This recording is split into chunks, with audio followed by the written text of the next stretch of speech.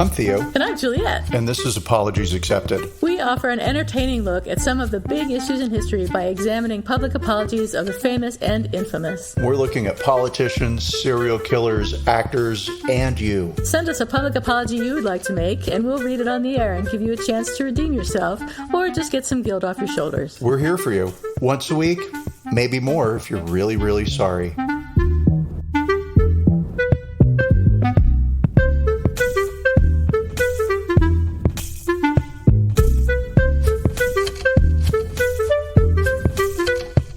Hi, everybody. This is Apologies Accepted, the podcast. And I'm not Theo today. And I am not Juliet. Ever. That's right. Much to your chagrin. Not everyone can be me, and it's to everyone's benefit, actually. So let's see. What's shaking bacon, Theo? Oh, really? You want me to think? I've been on vacation for so long. I have forgotten. My God, you were on vacation for like 3 weeks in Hawaii. In Hawaii. And I'm so jealous. It was a week vacation and then a week of work. But yeah, it was a week of work in Hawaii. So, yeah. But I was still working. Yeah, it was great. And I've been back to reality for a week now, week and a couple of days. And I'm going to say, don't like reality. I know. It's the worst. Yeah. Yeah. So it was great. It was very relaxing. I learned how to make lilikoi butter, and I'm very excited by that because it actually comes out okay. Passion fruit. It is. Oh, that sounds good.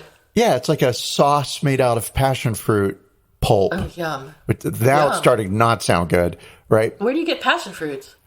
Well, in Hawaii, it grows like weeds, apparently. Oh, man. And I couldn't find any. And in the grocery store, it was like never available. But I did find some frozen, and it came in a jar, not a jar. It came in the container about the size of an oatmeal, like Quaker instant oatmeal, the round tube thing. So a big tub. Is that in Austin you found it, or in Hawaii? In Hawaii. I found it in Hawaii. Okay. And they only wanted $52 for that tub of oatmeal that was actually really passion fruit pulp frozen. Oh, my God. And I was like, I am not spending $52 on this. Hell no. So anyway, I did find some, hooray, and it's very expensive for something that supposedly grows like weeds. Wow. It was like $2 a fruit, and they're maybe the size of a small orange. Okay. Anywhere from like a big fat grape juice. Who cares? Who cares if it's a size? It's a big fat grape juice. Who fucking cares? So, anyway, I made it, and I'm very excited. And now I've come home, and I have made it, and I have like 4 jars of it now, and that's enough to last me a year. Did you bring it with you, the passion fruit? You brought the passion fruit home with you? No, you can get passion fruit through Amazon.com. I don't know if you've heard of it, but it's this online thing that sells you stuff. Amazing. Yeah, I was actually really surprised and impressed. So that has been my everything since I've come back. Just making passion fruit butter or lilikoi butter. It is amazing. I will make you some, and I will get it to you. It doesn't last terribly long, so I'm kind of like, if I ship her passion fruit butter, it'll be poisonous by the time it gets to you. Man, I'm so jealous you went to Hawaii. I've actually I have actually literally put in a request to the universe to send me $5,000 so I can go to Hawaii for a week. And so far, I'm not getting that $5,000. I bet it's on its way. I just know it. It's on its way. It's just taking a little while longer than I expected. That is, listen, sure. Listen, if you're going to manifest anything, it may as well be money. Well, yeah. Well, you can get anything you want with money. Exactly. So I'm glad you had a good vacation. That sounds awesome. And how about you? What's shaking bacon? Because I'm not the only one who was on vacation. I went to the North Carolina coast. So I went to the Outer Banks. I rented a house on the beach, like directly on the beach, on the dunes, in Avon, North Carolina, which is just north of the Hatteras Lighthouse, for a week, and went with my cousin Heather and her 2 lovely children and my husband. And my husband is not into the beach, so he mainly stayed in the house doing computer stuff like he does at home, except in shorts. And and Heather and I sort of hung out with the kids and went to the beach and did little touristy stuff and went shopping and various stuff like that. So, it was nice to be on the beach. It was beautiful. It was really, the water was nice and warm, and not too warm, but pleasantly warm. And the beach was gorgeous. And I had a good time getting up. I would get up before everybody in the morning and just sit on the top of the deck and have a cup of coffee and look at the water. And that was really pleasant. Oh. So that was worth it. And then in other bacon, I have joined a gym. I am totally terrified. I have not been in a gym in, I don't even know how many years it's been since I've been to a gym. But I picked this gym because they have gentle yoga and like water aerobics, which is aerobics for old people, which I'm now an old person, so I can totally go to water aerobics for old people. I did not feel out of place. I went in my 20s and I totally felt out of place because I was like the youngest person there by 40 years. And now I can totally feel like I'm part of the team. So that'll be fun.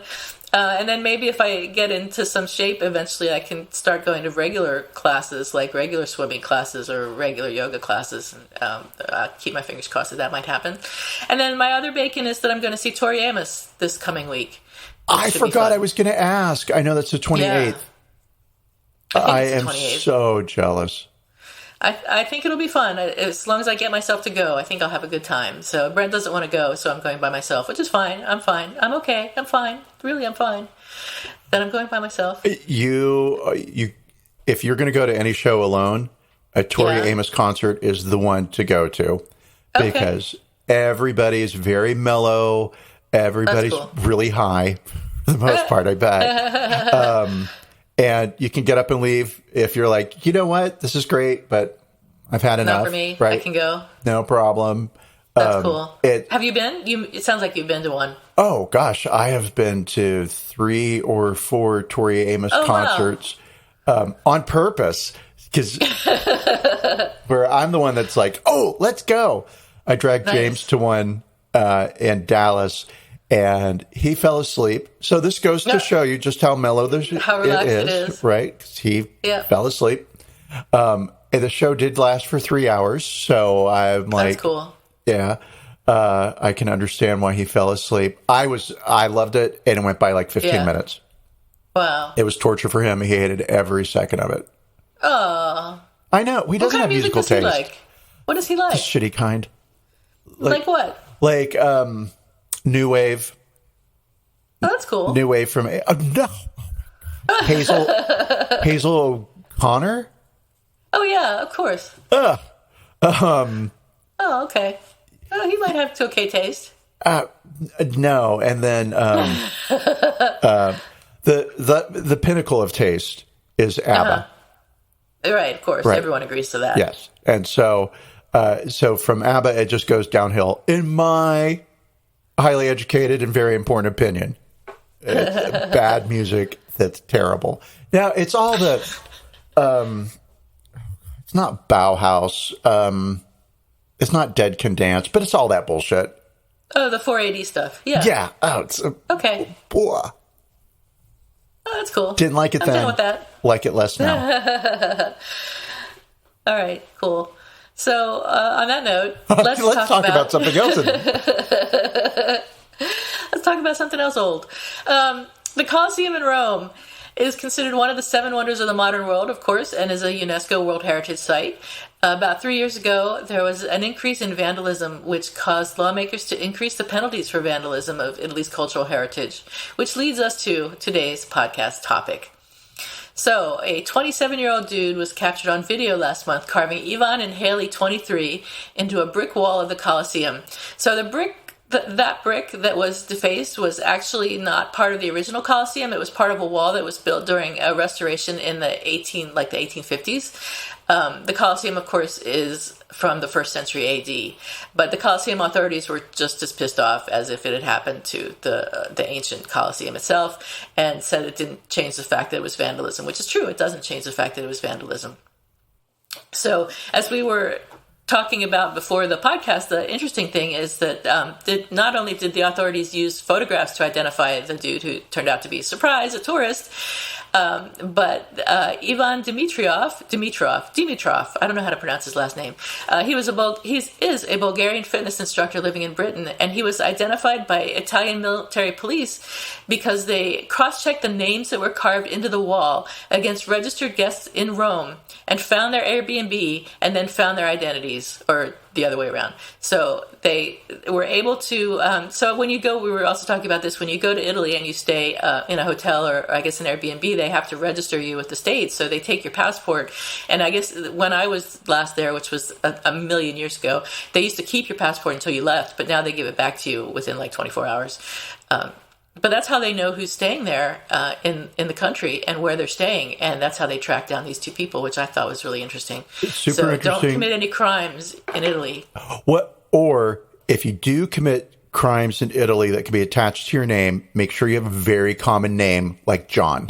Right. Because Giovanni. What sucks for this poor guy, not poor guy, but what sucks for him is how many Ivans and Haleys are running around together? Right. Not that many. Not that many, but they were pretty easy to find. I wonder if they have like an Excel spreadsheet of everybody staying in all the hotels, or how they do that. What database do they use? Anyway, that's another question for another time.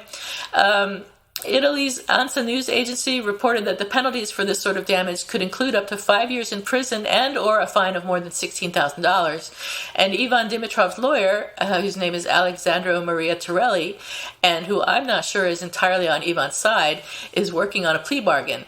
And the reason I say I'm not entirely sure he's on his client's side is that he's been trying to defend Dimitrov by characterizing him as an ignorant tourist. And he said, "The boy is the prototype of the foreigner who frivolously believes that anything is allowed in Italy, even the type of act which in their own countries would be severely punished." The lawyer went on to say that Mr. Dimitrov's apology was an attempt to make clear that he had pulled what he thought was a harmless stunt, which leads me to ask, is ignorance of the law a defense in Italy? Or is that the best he can do for a defense, is to say that he just thought it was, he thought it was going to be no big deal, because they've got the guy on video and they've got they've tracked down who he is based on the names that he carved into the wall. So it's almost impossible for this guy to defend him. Is there nothing better that no better defense he could have come up with? It's the get sympathy maneuver, right? I see. And it's the only option. The guy is clearly guilty. He is totally guilty. He has confessed, but his confession doesn't matter because he's on video. He's right there. He's doing it. So the only thing you can do is just build up a story that it's not going to tug at anybody's heart, but, and I'm thinking like an Italian judge. But it's the only option he's got. Make him feel sorry. That makes sense. And unfortunately, the story, which went viral on social media, unfortunately, like I said, it seems to have started something of a trend. So last Friday, a 17-year-old girl from Switzerland was spotted apparently carving her initials into a wall of the building. And the very next day, a 17-year-old student from Germany was caught doing something similar. So I guess they've caught them both and are going to take them to trial too, I hope. But I hope this doesn't become more of a trend. Yes, you're going to say. It's just, how are people this stupid? Yeah. The guy carved his name and he got in trouble. Now I'm going to go out and carve my name and get in trouble. But at the pursuit of fame, I guess. Right. And talk about being stupid. We'll talk about this more in the apology itself. But one of the defenses that the guy came up with for himself was that he didn't know the Colosseum was old. And why were you even there? And, hi, you're on a tour, so they told you. Right. Maybe you weren't listening. Who knows, right? But I'm going to say when I heard that initially, I was like, the biggest piece of bullshit. And then when I was doing some research for today's topic, you get into the Colosseum. You get into the subject of the Colosseum. It's all engineering. It doesn't matter if you start off with a story about gladiators. It's all about engineering, right? And nothing bores me more than engineering. And so I've listened to a lot of shows that were all about engineers talking about the engineering as if everybody knew how things were structured and built. And I was like, I'm a nerd, but I'm not as big a nerd as you guys, you engineers guys are, right? Maybe this guy just isn't as big a nerd as we are. Yeah. To us, it's obvious the Colosseum is old, but right. I don't want to stereotype people, but he's a fitness instructor. Right. I just stereotype people. I'm so sorry, all of our sexy fitness instructors, but I'm sure you're all smart because you're listening to us. But yeah, so maybe he didn't know it was too, but it doesn't matter. You should do shit like that anyway. Why would you even be there if you didn't know it was old? I mean, what possible reason would you have for going to the Colosseum because if you didn't realize? Boring girlfriend Haley drags him around to all the old stuff, and he hates it so much. Can't we just go lift weights? Stuff, she knew it was old. So, he knew, yeah. Even then, he knew it was old. So that's what I have for the story. How about you? Anything additional to add? I do. Let's talk about cement, shall we? Ooh, exciting. Yes, I know, right? Because it's an endlessly fascinating topic. But part of the reason why the Colosseum is still standing is because of Roman cement. So we'll just start off with that. Do you know anything about Roman cement? I might have at one time, but I no longer do. Going to say no shame if you don't, because me either. So for the longest while, meaning up until 2023, nobody was 100,000% sure of exactly why and how Roman cement works the way that it does. So it's not quite indestructible, but it lasts a real long time. Mm-hmm. You know, still standing. And so let's just dive into it. Chemists at Harvard and MIT have unlocked the secret to the long stand, like what makes Roman cement indestructible. I hesitate to use that word, but there we go. So it has been previously assumed that the strength of Roman concrete came primarily from pozzolana, which is a volcanic ash from the area of Pozzuoli. Have you heard of this place? In the Bay of Naples. No. So volcanic ash. And specifically volcanic ash from the Bay of Naples. And it's known to have been used in the construction of buildings across the Roman Empire. However, in this latest study, researchers focused on a different component, small white inclusions referred to as lime casts, which are found throughout Roman concrete. So little bits of balls and chunks of stuff, small chunks, right? In the past, these features, which originate from lime, another of the key ingredients of Roman concrete, have been dismissed as the result of poor mixing practices or low-quality raw materials. But the question is, if Romans put so much effort into perfecting detailed recipes and shipping the best material hundreds of miles to create the ideal concrete, why would they put so little care into the manufacturing of the final concrete product? Well, this gets kind of boring, but we're going to skip all the boring bits. So basically, these chunks,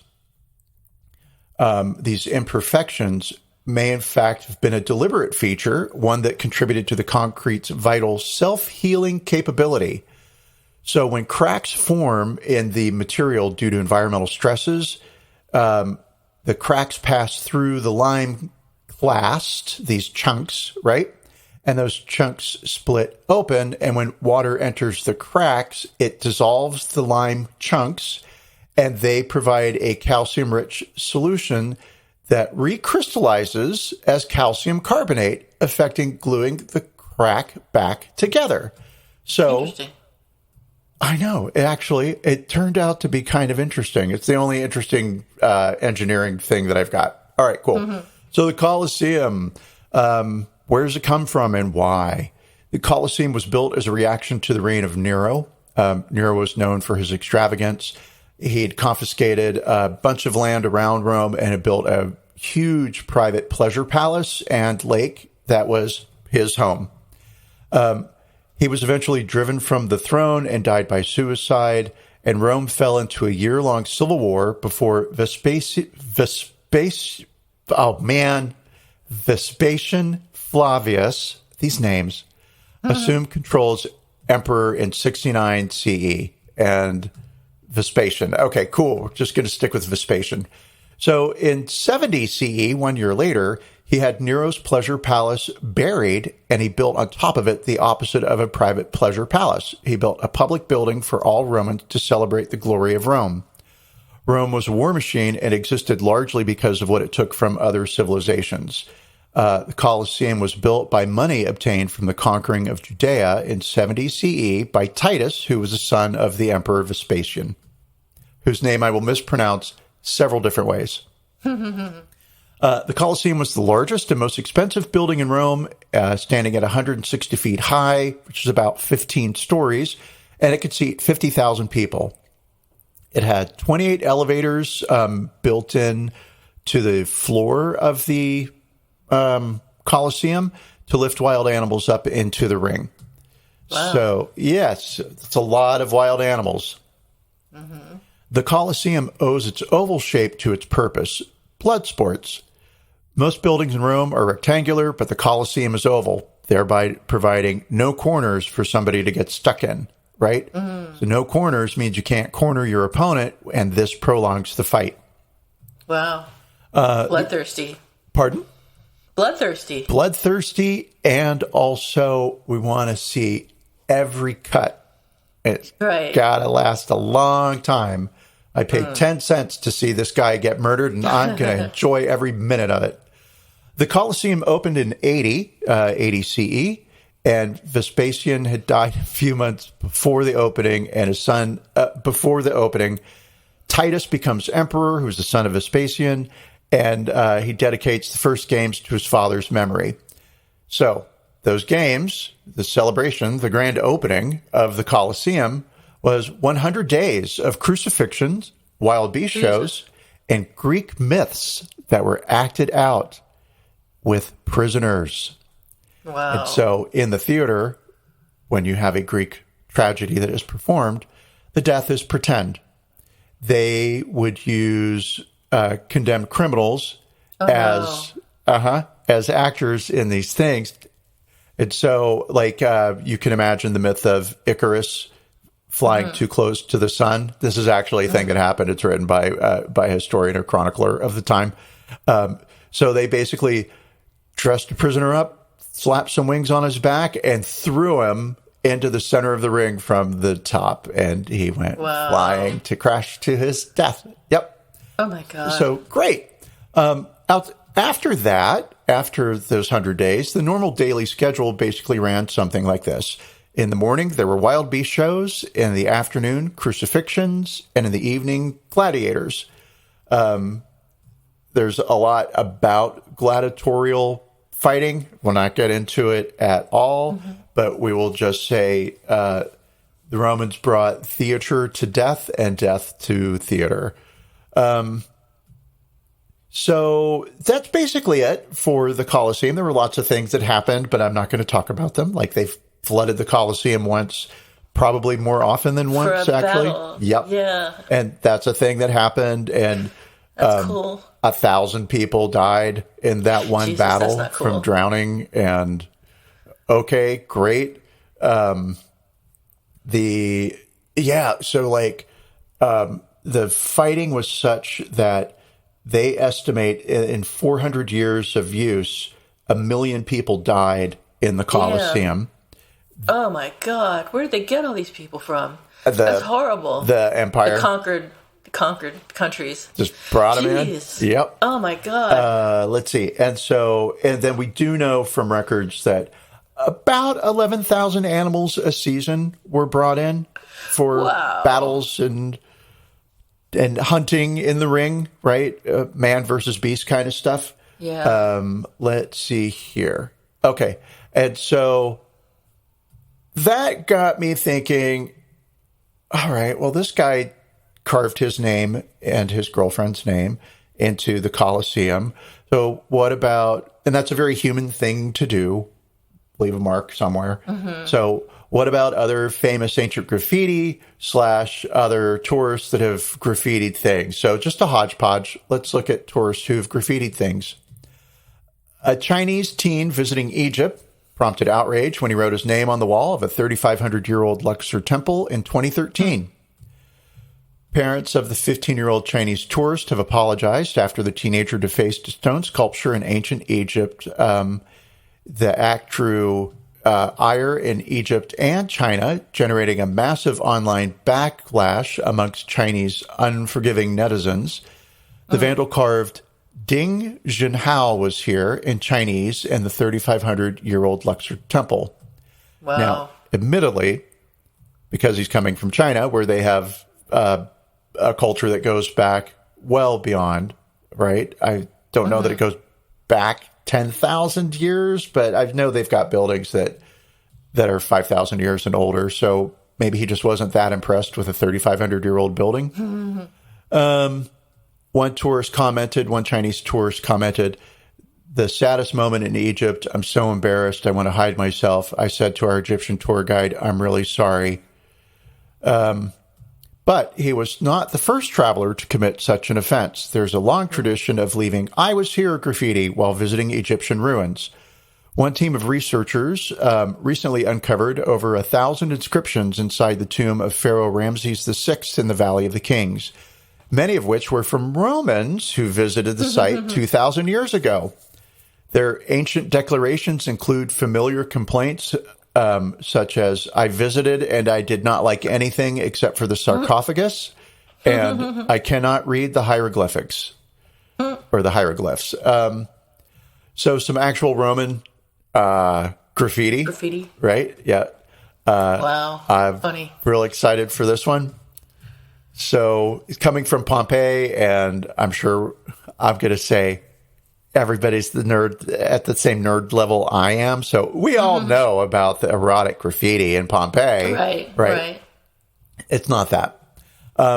Okay. So Pompeii has dominated the study of ancient graffiti, and that's largely because the graffiti was preserved by the explosion of Vesuvius. Let's see here. And one piece of graffiti, which was under observation. What the fuck does that mean? Is what would we call it? A back and forth between two romantic rivals. So, in Latin, somebody wrote, "Successus, a weaver, loves the innkeeper's slave girl named Iris. She, however, does not love him. Still, he begs her to have pity on him. His rival wrote this. Goodbye." Okay. And so then Successus comes along and says, "Envious one, why do you get in the way? Submit to a handsomer man and one who is being treated very wrongly and good looking." And then our friend comes back and says, "I have spoken. I have written all there is to say. You love Iris, but she does not love you." You can imagine the same sort of thing playing out today. We've got some more. It's, again, very random. "You do speak Latin. You can help me with my pronunciation." So, straight out of Pompeii, Philiros, Philiros. Phileros? Phileros Spado. Spado. Phileros is a eunuch. Lucius Pinixt. Lucius wrote this. Apollinarius Medicus Titi Emperor. Oh, God, I can hear Brent just beating his head on this. You as well, but you're more forgiving. Imperatus hic cavivat bene, right? Apollinaris, doctor to the Emperor Titus, had a good crap here. In Latin, the profanity cacante pertained to defecation. Funny. I'm not going to carry on with the Latin because I don't speak it. Opius, you're a clown, a thief, and a cheap crook. We have a wet bed. I admit we were wrong, my host. If you ask why, there was no chamber pot. Okay, yep. And sure, all that rings like real witty in Latin. Virgula to Tetris, you are a nasty boy. Epiphara, you are bald. It was an insult even then. If only similar swindling would dupe you, innkeeper. You sell water and drink the undiluted wine yourself. The petty thieves request the election of Vatia as Adelae. So in ancient Pompeii, an Adelae was an elected official who supervised markets and local police, among other things. Who cares? That's not even a fun graffiti piece. Caladius makes the girls moan. Is that a person or a commercial for a product? I don't know. I wonder, O wall, that you have not yet collapsed. So many writers' cliches do you bear? This phrase seems to have been a popular one, as slightly different versions of it appear in multiple locations throughout Pompeii. That is what I've got. I on purpose avoided all of the super fun erotic stuff because there's so much of it. Wow. And that's not this show. We're tasteful. That's right. We're very classy. Yes. Awesome. Thank you. Yes. And so that leaves us the apology. Right. So good old Ivan, our hero or anti-hero, wrote a letter recently to the city of Rome's prosecutor and mayor, saying that he now knew how serious his actions were. He praised those who, quote, guard the inestimable historical and artistic value of the Colosseum with dedication, care, and sacrifice, and then said, it is with deep embarrassment that only after what regrettably happened did I learn of the antiquity of the monument. So I had no idea why I was here, what I was looking at, what I was doing, even who I am, possibly. I just was going along with my girlfriend for a good time and happened to carve my name and her name into a wall, a random wall that I thought was probably built yesterday. He said, by damaging the Colosseum, I acted with frivolousness, flippancy, and incivility to the detriment of other visitors. I have no excuses. He acknowledged the seriousness of the deed I committed and offered his heartfelt and sincere apologies to Italians and the entire world for the damage done to a monument which is, in fact, heritage of all humanity, and he offered to sincerely and concretely right his wrong and redeem himself. I am also aware that similar conduct in my country would have resulted in much more serious consequences. For this reason, I accept all responsibility and will make sincere and concrete efforts, I think I said that part already, to redeem myself and make up for the mistakes that I have made. So, Italy in general did not respond very positively to that letter. A popular online website called Dago Spia suggested that the letter only made things worse, and asked if he thought that the Colosseum was a fast food restaurant. So, generally speaking, Italy was not impressed. I looked at the apology from our usual standpoint of our points of note. Was there an expression of regret? Yes. Was there an explanation of what went wrong?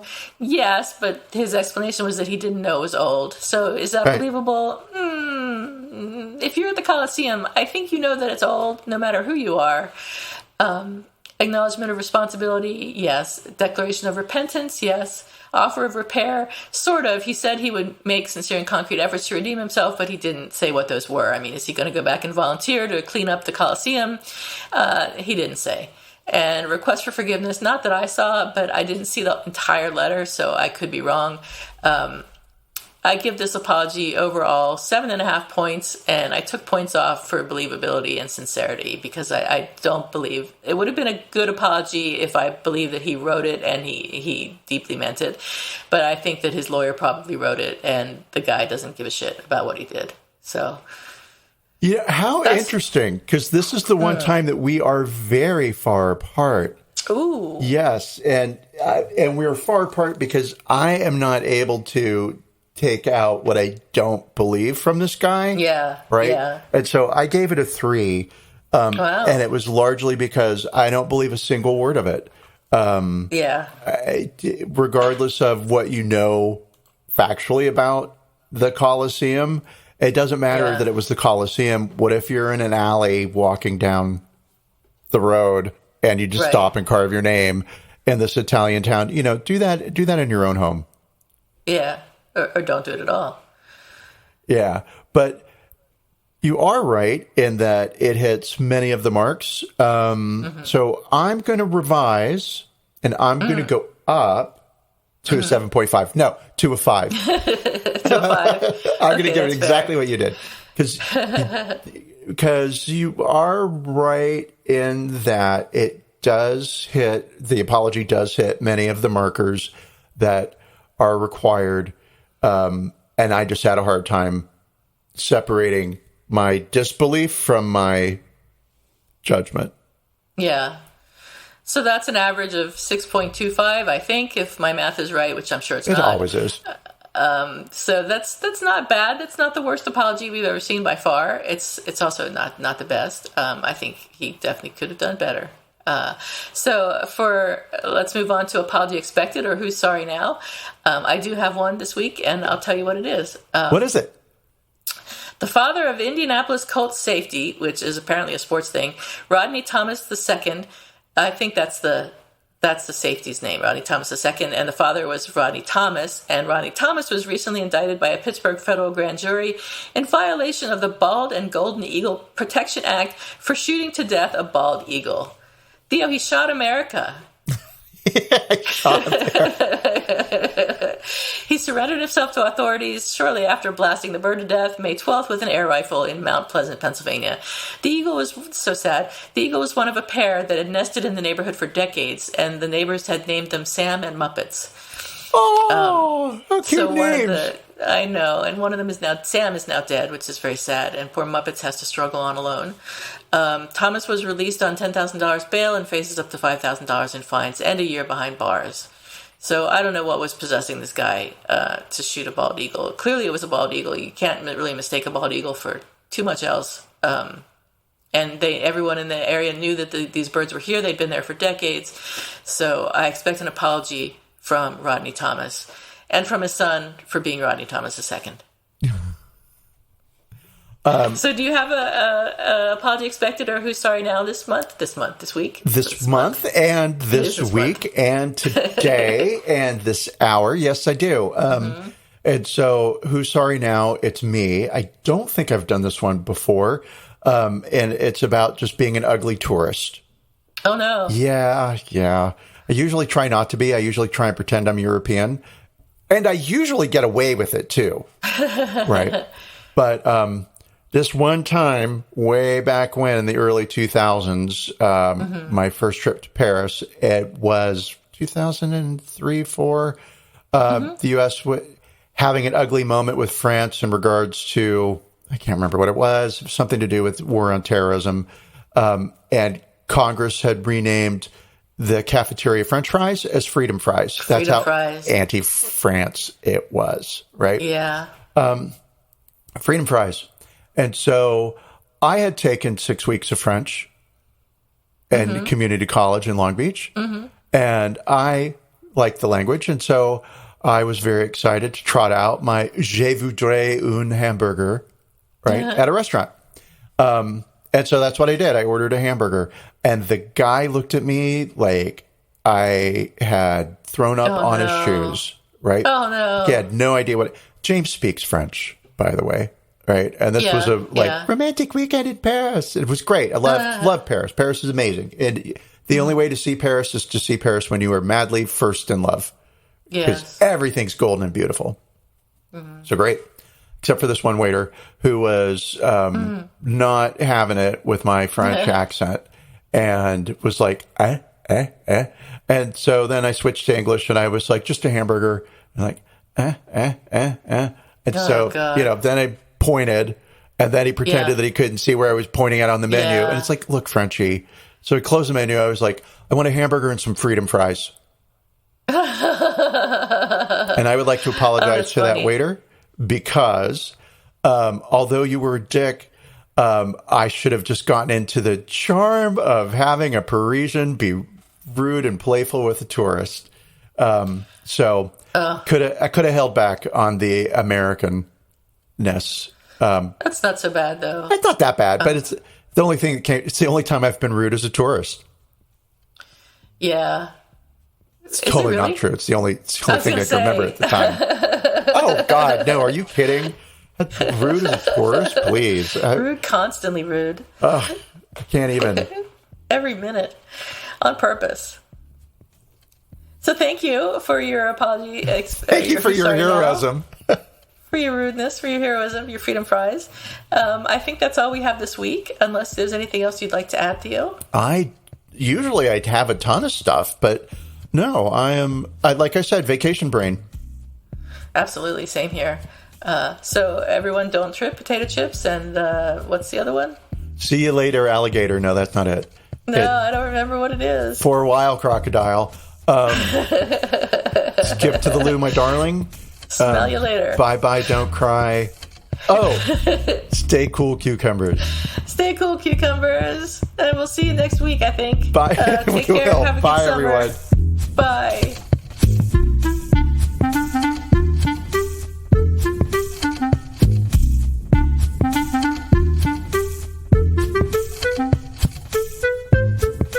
Thank you for listening to Apologies Accepted, the podcast. You can find links to the articles and the sources in the show notes. To submit an apology or find out more, visit us at apologiesaccepted.net, where you can also find our merchandise. We're on Twitter at Apologies Accepted. And on Instagram at apologies.accepted. You can support our important work at Patreon.com/Apologies Accepted. And fuck Facebook.